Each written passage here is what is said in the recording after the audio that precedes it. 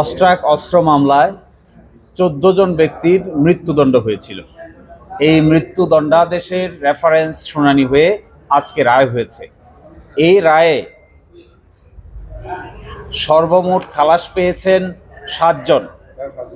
এই ৭ জনের ভিতরে ৪ জন খালাস পেয়েছেন যারা কন্টেস্ট করেছেন, একজন খালাস পেয়েছেন যিনি পলাতক ছিলেন, নুরুল আমিন। এছাড়াও 2টো আপিল অ্যাবেটেড হয়ে গেছে, জনাব মতিউর রহমান নিজামী এবং জনাব আব্দুর রহিম, ওনাদের আগেই মৃত্যুবরণ করেছেন। এরপরে বাকি 6 জনকে 10 বছরের সাজা দেওয়া হয়েছে।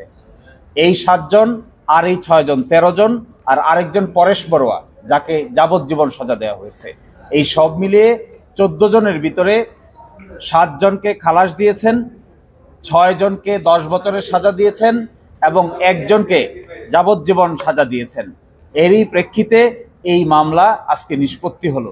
এই মামলার মূল বিষয়বস্তু দাঁড়িয়েছিল যে আদালত দেখবে সঠিক ইনভেস্টিগেশন হয়েছে কিনা, প্রপার ব্যক্তির বিরুদ্ধে প্রপার চার্জ এবং সাক্ষ্য প্রমাণ হাজির করা হয়েছে কিনা।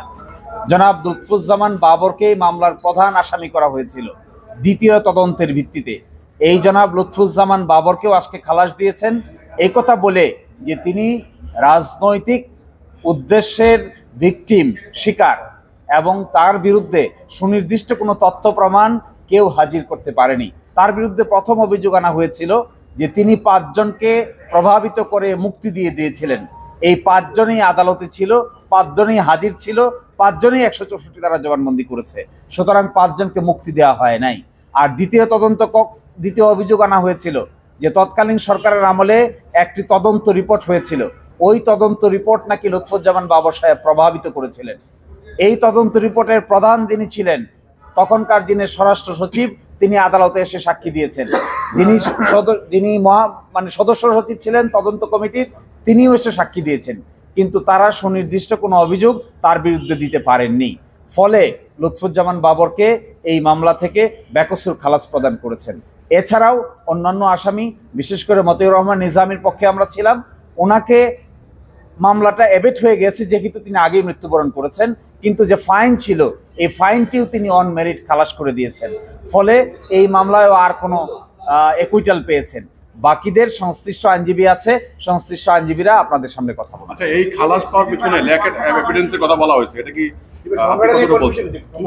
একজন বলছেন যে এভিডেন্সের অভাবের কারণে ওনারা মূলত এই মামলায় এভিডেন্স কম ছিল? এভিডেন্স কম না, এভিডেন্স নাই। এভিডেন্স যদি প্রমাণ করা না যায় তবেই তো খালাসপ্রাপ্ত হয়। এখানে বাবর সাহেবের বিরুদ্ধে কোনো সুনির্দিষ্ট অভিযোগই নাই। এবং আপনারা এটাও জানবেন যে বাবর সাহেবের বিরুদ্ধে এই মামলায় দ্বিতীয় তদন্তে তাকে আসামি করা হয়েছে। প্রথম তদন্তে তিনি আসামিই ছিলেন না। 28 জন সাক্ষী হয়ে যাওয়ার পরে নতুন করে অ্যাপ্লিকেশন দিয়ে তদন্ত করে ফার্দার ইনভেস্টিগেশনে বাবর সাহেবকে আসামি করা হয়েছিল। সেই জন্য ফার্দার ইনভেস্টিগেশনের যে সাক্ষ্য প্রমাণ এসেছে সেখানে সুনির্দিষ্ট কোনো সাক্ষ্য প্রমাণ আসেনি।